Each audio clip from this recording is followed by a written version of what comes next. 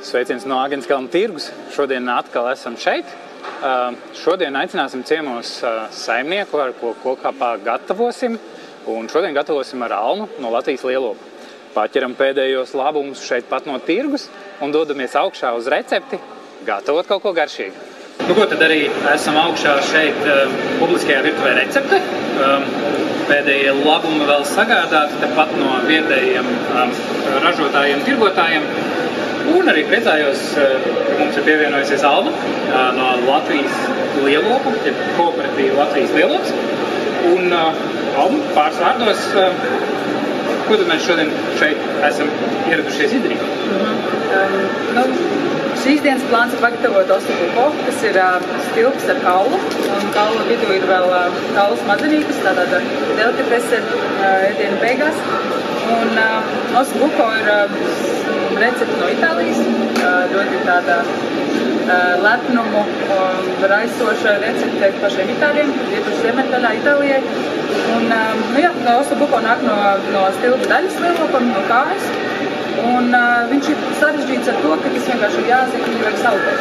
Jo te ir saistaudiņi, kas ir jāļauj viņiem izsaldēties, lai viņi būtu baudā patīkam apēdam. Tā kā mēģināsim to izdarīt.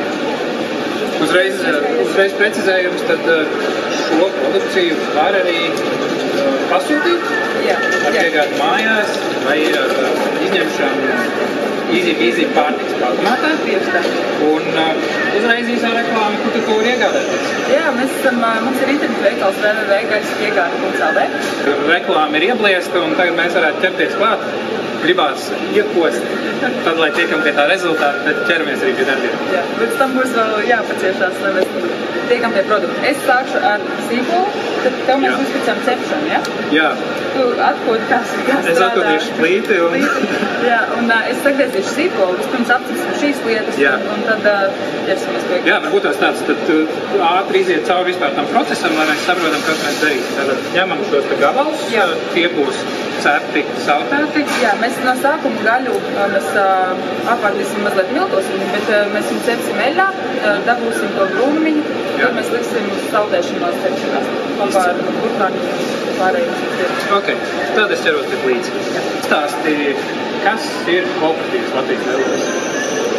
Jā, mēs esam gaļas lielopu audzētāji, saimnieki, kas nolēma, ka mēs vēlamies to savu produktu, ko mēs ražojam, šo lielopu gaļas savās sētās un pagalmos, piegādāt patērētājiem, ģimenēm, mājsaimniecībām patiešo, bez starpnieka.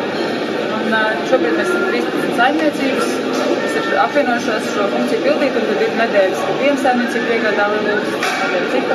Jo tajos laikos, kad es ar savu saimniecību veicu piegādes, es secināju, ka es nevaru visu caur gadu katru nedēļu nodrošināt. Mums ir liels darbs, kas ir jāizdara, un nav īsti kapacitātes, bet kopā darot mēs tā kā sadalām to grafiku, veicam piegādes, un jau esam iemācījušies arī veikt to kvalitātes kontroli, lai tiešām būtu vienmērīgi tā kvalitāte katru nedēļu un strādājam. Cik ilgi jūs jau strādājat?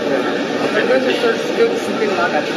Tad jau ir procesi visi apvīļājušies. Jā, salikušies. Kā ir vispār kooperatīvas? Mēs atceramies 90. Bija mešanās kopā un tad arī bija diezgan daudz problēmu, jautājumu, visādas lietas. Kā ir strādāt kopā tik daudz, kad ir viens saimnieks, viss ir vienkārši.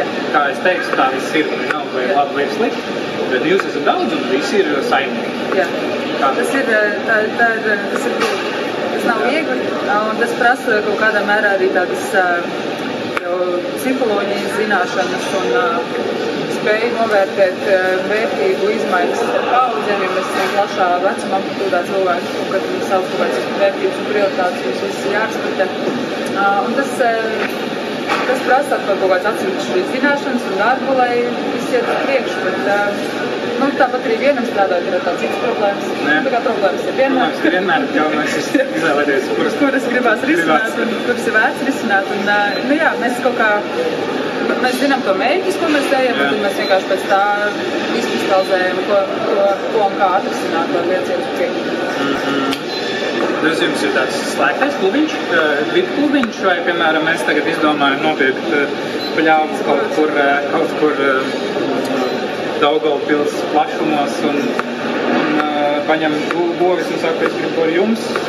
To var. Nu, ir jāsaprot, kurā brīdī tas atmaksājās, kā jūs varat kvalitīvā un vispār govi audzēšanu. Ik pa laikam es dzirdu, ka ir tā, ka 10 govis paņemuši sev pirmājas, nu, skats jau ir jauks un tā, bet, nu, tur ir jāsaprot, tas nesanāk tikai no savas kabatas uzturēt to projektu, tam ir jābūt pie kaut kāda aktīva, lai to atmaksātos darīt. Bet, jā, nu, iestāties var, tas ir ļoti atvērti, mums trūkst bokušas, mums trūkst, ko piegādāt, tā kā mēs esam atvērti sadarbībā. Jums ir tikai Latvijas tirgus, vai jūs liežat kaut kur plašāk? Ar gaļu mums ir Latvijas tirgus, bet nu arī vēl jau nav apgūts. Mēs esam joprojām procesā uz tādu Latvijas tirgus apgūšanu, un eksports noteikti ir nākamais solis. Bet eksportām šobrīd nesadalīti liemeņi. Nu, mēs nepiedāvājam gaļā brāķētas govis, šie veci dzīvnieki iet eksportām. Tos mums ražam, lai viņus salikt asās kaut kur citur, un mums ir kvalitatīvi nobrot dzīvniekus no 16 līdz 30 mēnešu vecumā. Un tam tieši parasti. Savējam to labāko, un kad jau tie pārējie, lai kas lai liek, kur grib, ja? Jautājums, vai ir kaut kāds minimālā pasūtījuma summa, kādā ir jāiepērkās, lai saņemtu šo te produktu, un kurās dienās viņu var saņemt, cik bieži? Mums piegādes notiek katru nedēļu, ceturtdienās, katru ceturtdienu. Un ceturtajiem pasūtījumiem apmēriem nav noteikts minimālais, vienkārši maziem pasūtījumiem ir piegādes maksa 4,90. Un lielākiem pasūtījumiem virs 70 eiro ir bezmaksas piegādes. Un vēl mums ir pāris punkti, kur ir iespēja izņemt bez maksas, piemēram, Mikšef restorānā un arī pāris pakunātos izi punktos ir tā opcija samazināt maksu, izņemt šos pasūtījumus, ja nu viņi ir mazāk,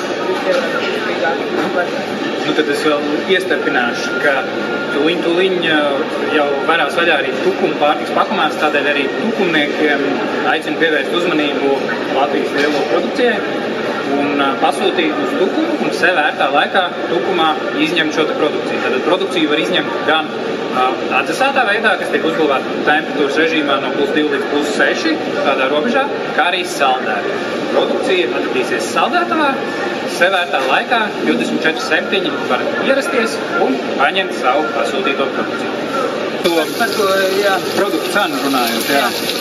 Jo tad ir tā, jā, mēs šobrīd arī esam tur, kur nākas secināt, ka jā, mēs varam izaudzēt kvalitīvu produktu, mēs viņu gribam pārdot, bet tur pa vidam ir vajadzīgs šis mārketinga zināšanas, tirgus izpētes procesi, saprast tos veidus, kā sasniegt to cilvēku, kas vēlas to kvalitīvo produktu attīstīt.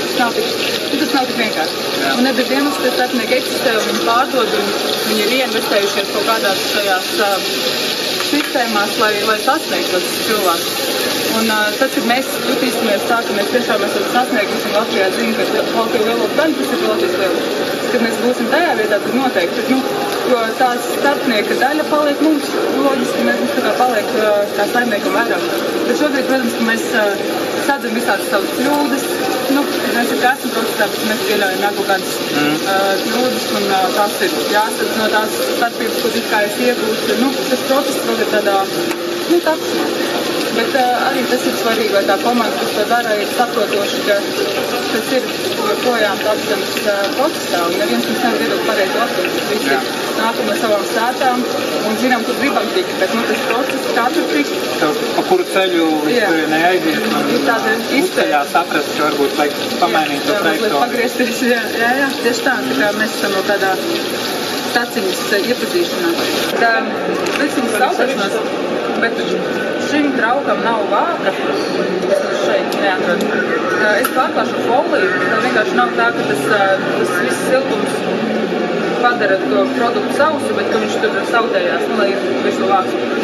Un, es ieliku arī pāris bukāniņas, tad īstenībā var likt arī kartupeļīšus, no kāds dārziņas, to kāds mēs taram kopā. Mūsu buko gabalam labi iet klāt kartupeļu piezaris, vai tie rostoto dažādos veidos. Tā kā, jā, mēs šajā reizē netaisīsim laikot iedavu mūsu gaļai, bet citās reizēs, ja jūs gatavojat, tas ko var tikt klāt. Tev ir jauni matinieki, kas redz visu tavu darbu un ir iekšā procesos. Tev ir kaut kāda vīzija, gribi, lai dēls brauc ar traktoru, vai kā teikt... Jā, nē, man tas nav. Tādā ziņā, tāpēc arī varbūt uzskats sev, es neesmu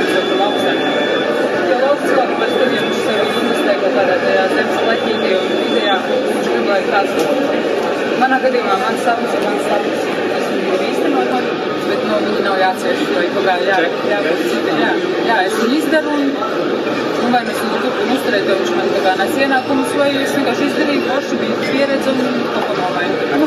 Jā. Tā kā ne, es priecātos, es tā kā reizēm dēlu vēlot, kad es tur, man patīk brillēt, es gan maz man laika atrodu, kur es esmu, es tur lielu prieku daru, un man patīk, kā dēls ieslēdzās pēc tām garas lietām, viņi tikai 4 gadi, bet es tā kā, man ir kaut kāds reizēms, un mēs tur kopā tās brillēšanas varam attīstīt kaut kādā citā līmenī, tas taču ir daudz gads vēlāk. Es nebūšu jau ļoti nogurus daudz gads vēlāk, tas viss ir tāds nezināmais, un es tā baigi neatrod to enerģiju, sapņot, kā būtu, ja būtu, es tā kā vairāk koncentrējos uz konkrētajām lietām tagad, ja būs super, bet ja nebūs, skatījās, es tas kaut kāds beidz. Kāda ir cīņa pret nogurumu, cīņa pret kādu izlādēšanos? Jau zinu, ja viena no lietām noteikti ir trokšņaina, arī tu izliec savu sakārto kaut kādu enerģiju. Jā, man ir tā iknē ar to, ka tad, es esmu nogurus, es tiešām nevaru pavilkties, man vajag aktivitāti. Tas ir tā saudabīgi, ja tu nevar vairs pavilkties, tad tev aktivitāti divānā un ieslēgt televizoru, bet es degu ārā. Man tas liekas bezjēdzīgi iztērās laiks, kad būtu televizoru priekšā. Un jā, man ir bungas, man ir boksamais, man ir kaut kāds adrenalīnu nesošas lietas, vasarā notiek mocības. Tas iedod to dzīvības sajūtu. Tu jūties dzīves, tev viss funkcionē, tev ir vesels ķermenis, tu vari darīt jebko. Un tas ir tas, kas man iedod atkal to motivāciju, ja tu dodos un darīt tālāk. Tas tāds jaunām tālākām cīņām.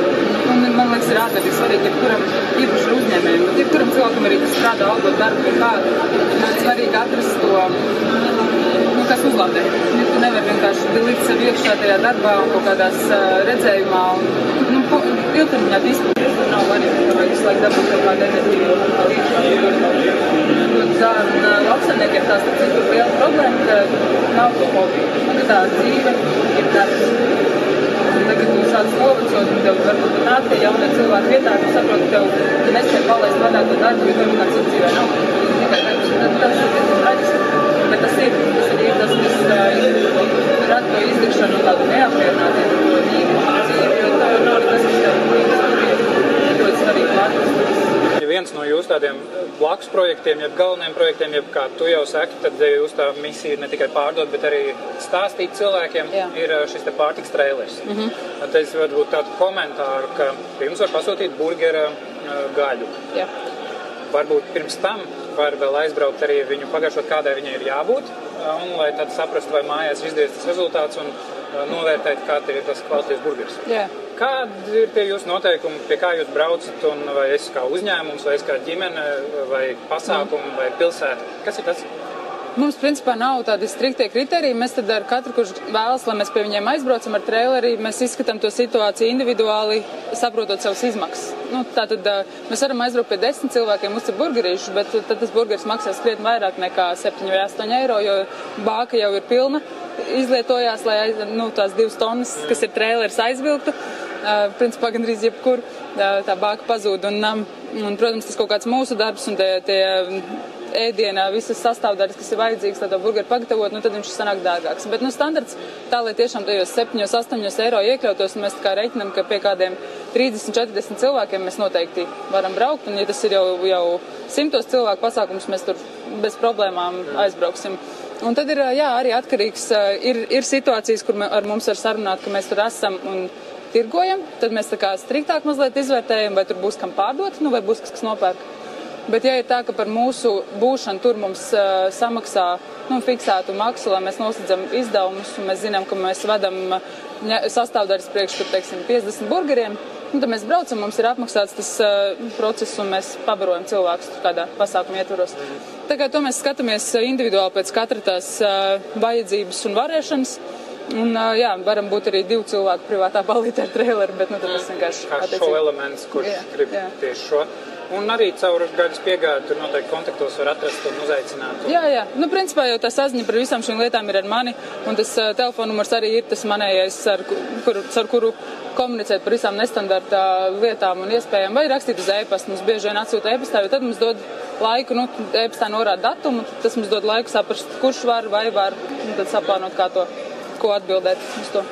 Par šo runājot par nestandarta risinājumiem, gribu noteikti arī pateikt par Āgenskalna tirgus šo te publisko virtuvi, kurā mēs esam šobrīd. Mēs esam tirgu, šeit viss notiek, cilvēki pusdieno, cilvēki tirgojās, pērk dažādas labumus, un mēs šeit gatavojam. Ja arī jūsu pasākumam vai ģimenes balītei vai jebkādam citam iemeslam ir nepieciešama virtuve, tad noteikti sazinieties ar receptē un var pierezervēt laiku un droši ierasties šeit un pagatavot kaut ko garšīgu. Mēs droši vien varam apskatīties, vai mums jau ir gala rezultāts. Jā, tu ņem atkal savu instrumentu.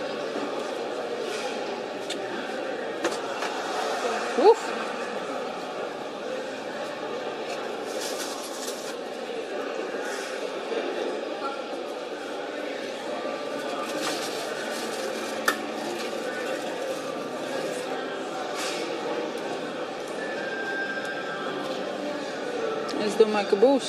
Izskatās izcili.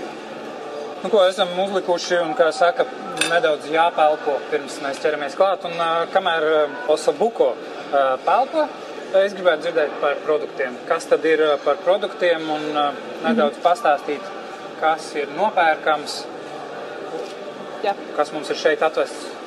Šie nav visi mūsu produkti, mums ir krietni vairāk viņu. Principā lielopam ir ļoti daudz dažādu gaļas griezumi, gan no priekšdaļas, gan no pakaļdaļas, gan no muguras daļas.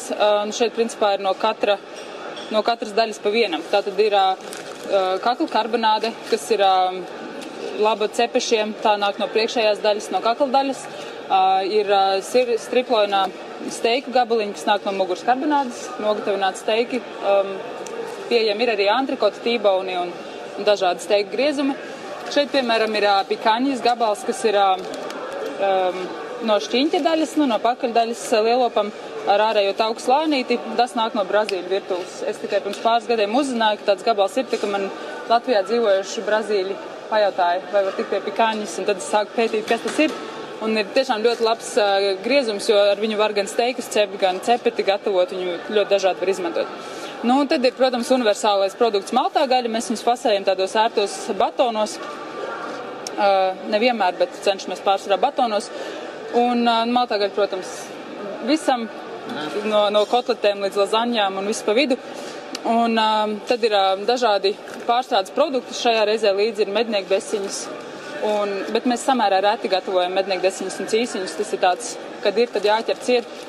Un vītinātās desiņas, ko mēs notestējām kā uzkodu desiņas, kas nav jāgatavo, bet ir vienkārši uzkodām. Un tad tagad pavisam jaunums mums ir testēsi? Jā. Tie saucamie beef jerky, kas ir lielopu gaļas čipši, vītināta gaļa, arī kā uzkodiņa, kas ir paredzēta bez gatavošanas ēdama uzkodu veidā. Arī uzglabājama ilgāku laiku. Un ceram, ka šis būs produkts, ko palaist tautās kā jauno lielopu gaļas produktiņu. Dodoties mežā, pārgājienā. Kabatā iekšā. Jā. Tagad mēs izmēģinājām Osobuko gabaliņu, kas nāk no lielopu stilba. Skatīsimies, kā mums būs gājis. Bet tas tāds sautējums gabals. Un es tā paņēmu informāciju, ka arī kauli. Šeit ir stobru kaulu, kurus mēs sazāģējam saucamajās laiviņās. Kaulu produkti ātri saplēš vakumu, diemžēl, bet fakts. Un tad tā vidus daļa tam kauliņam arī ir ar kaulu smadzenītēm, kas ir kā delikates. Viņu var uzgrilēt vai sildīt to augšpusīt un tad smērēt uz rupmaizītes un baudīt kā delikates. Tā kā tā. Visus produktus var iegādāties www.gaļastiegāde.lv. Un tagad mēs pagaršosim, kas tad mums ir sanācis. Jā.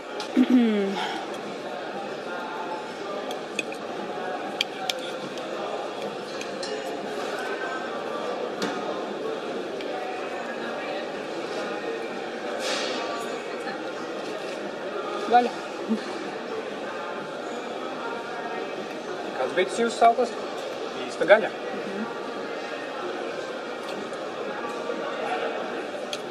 Paldies par pagatavotiem gardumiem.